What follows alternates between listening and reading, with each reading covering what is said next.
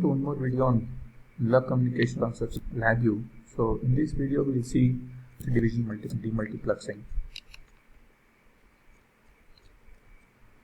This is a very simple representation of FDM technique. So where we have n number of message signals, they have been frequency translated using different carrier signals. So here we are employing DS-BSC modulation. You can see M1 of t is multiplied with a carrier signal with F1. So and M2 of t is multiplied with F2. Likewise, we have different carrier frequencies like F1 or FC1, FC2, FC3, and everything is get added here. We'll end up with which is the FDM signal, which happens to be modulation of first message with the first carrier and some with a second message signal with the second carrier signal, and it is the summation of all the DS-BSC signals that is being multiplexed here.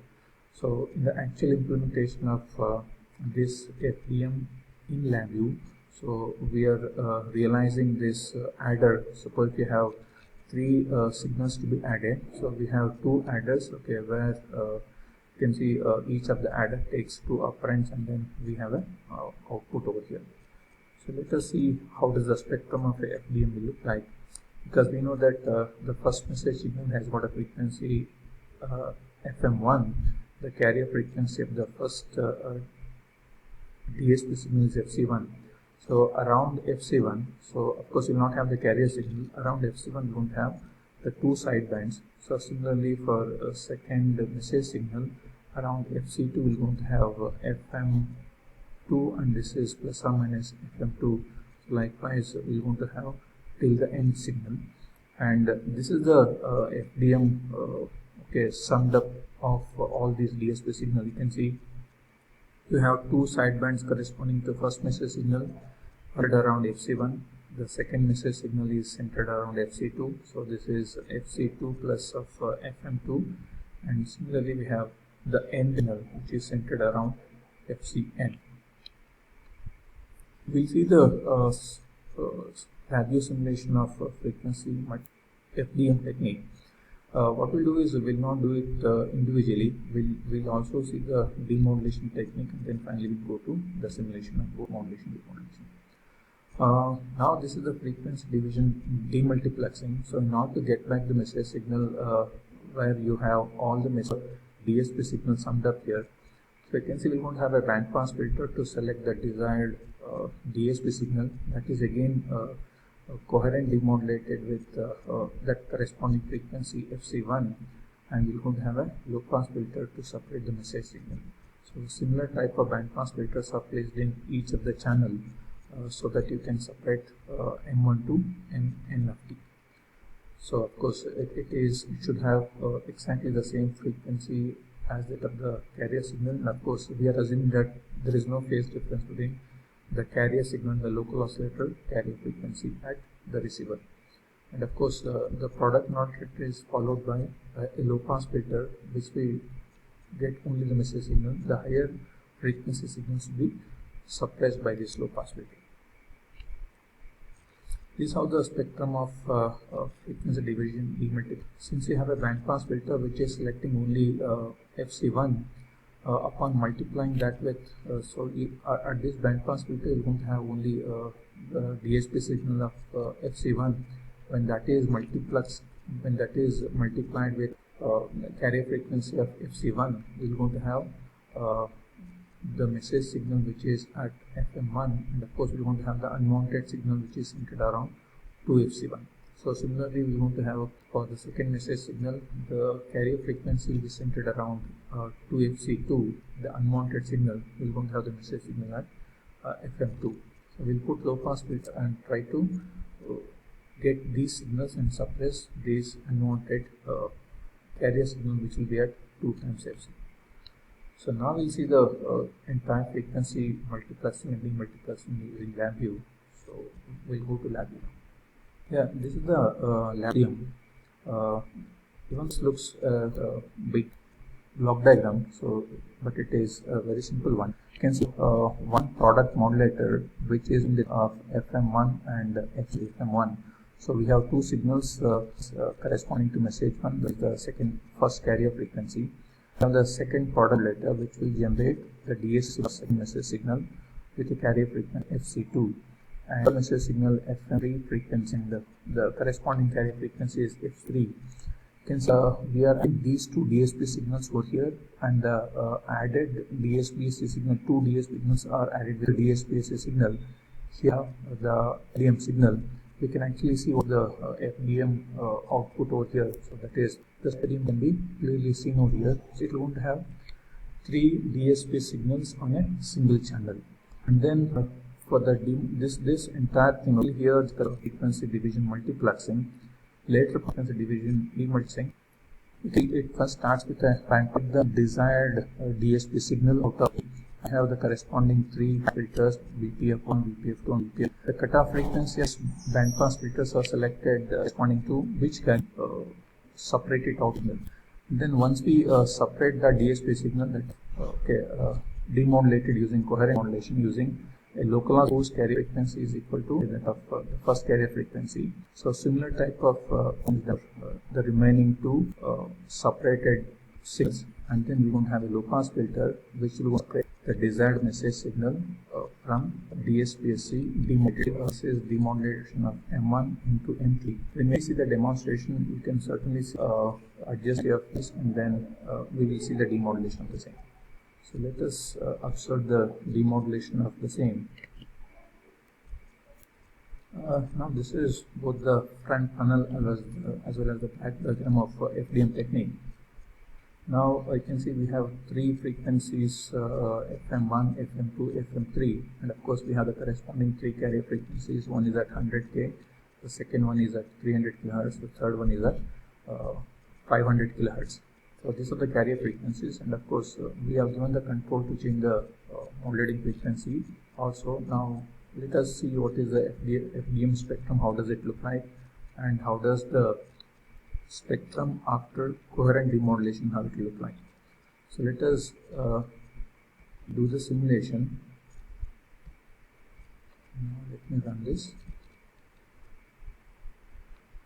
As we can see now it is running. The first carrier frequency is selected as 100 kHz. DSPAC waveform we are going to have around 100 kHz. Now since the modulated, so this is at 100 plus 10 and 100 to 5 kHz over here. So what I'll do, I'll change this to 5 kHz. You can observe this here. So this will now I just change this to, now you can see this has changed to 105 and 95 kHz.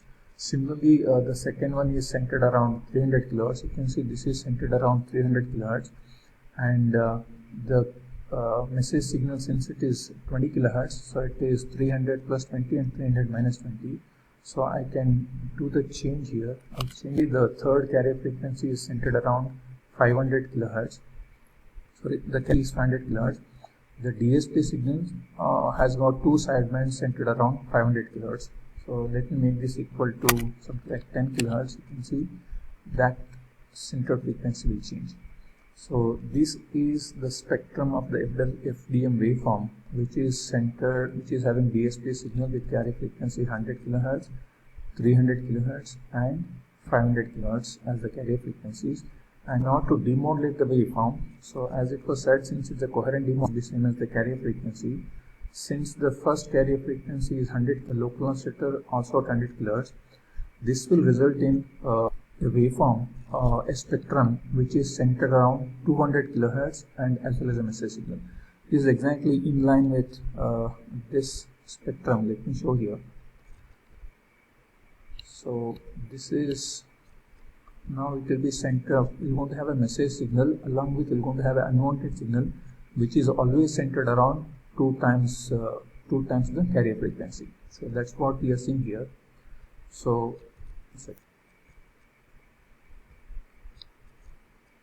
this is, now we can see since 100 kHz, whereas in the demodulation, so when it is again multiplied with 100 kHz, so okay, along with two FC components, also have the message here, message signal corresponding to 1 is a message signal corresponding to filtered out using low pass filter. You can clearly observe here this particular thing move. If I change to 10 kilohertz. Now you can see that this has moved to 10 kilohertz, and of course this also become widened. If I make this equal to 20 kilohertz, the second message signal, you can see this changes. Now you can see this has changed to 20 kilohertz. Now this is centered in all these cases.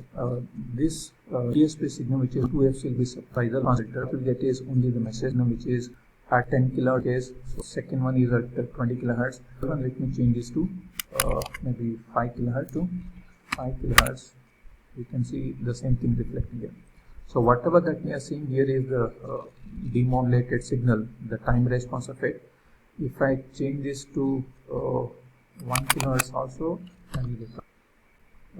this will able to demodulate. We can able to transmit many message signals over a signal. The only thing is that carrier frequencies be apart from each other, so that we can accommodate many signals.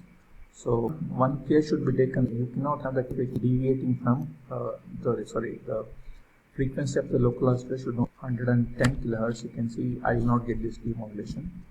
See, now I'm not getting it. So because the carrier frequency at the local oscillator, at the demodulation is not same. Local oscillator frequency should have the same frequency. And of course, you can choose any frequency here in kilohertz, and you can see this has changed to 400 kilohertz, and instead of 500, you can choose it as something like a 220 kilohertz. And now you can see this is centered around 200, this is centered around 400, this is centered around 50 kilohertz. You can do it. So this is centered around 50 kilohertz. So, or if you want to change this to maybe around 150k, you can do it. But you can see none of the demodulations are coming properly, even the S coming properly, because we need to now adjust the bandpass filters correspondingly. So that bandpass filter will pick the frequency around 150 kilohertz, 400 kilohertz, and 220 kilohertz.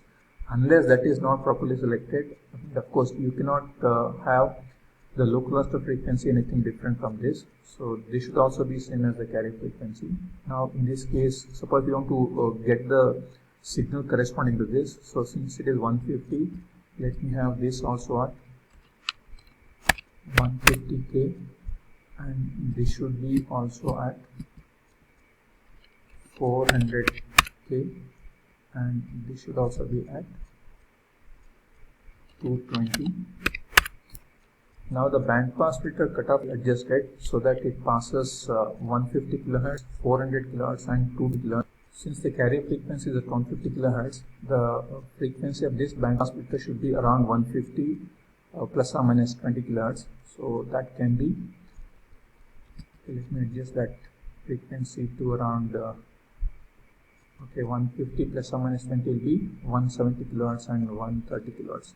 So now you can see this is, I change this to 120k, and the other one should be 170. So likewise we need to change it for all bandpass filter, so that you can able to get. Even for the last one, let me change the bandpass filter of cutoff frequency of this and come back and verify it. You can see since I have the bandpass filter frequency of the frequency demultiplexing at the receiver, I'm getting the upper signals. So this is at 20 kilohertz. So if I change this to 2 kilohertz, you can see this changes. I can say change this to this will change the carrier frequencies and the modulating frequencies corresponding bandpass filters again.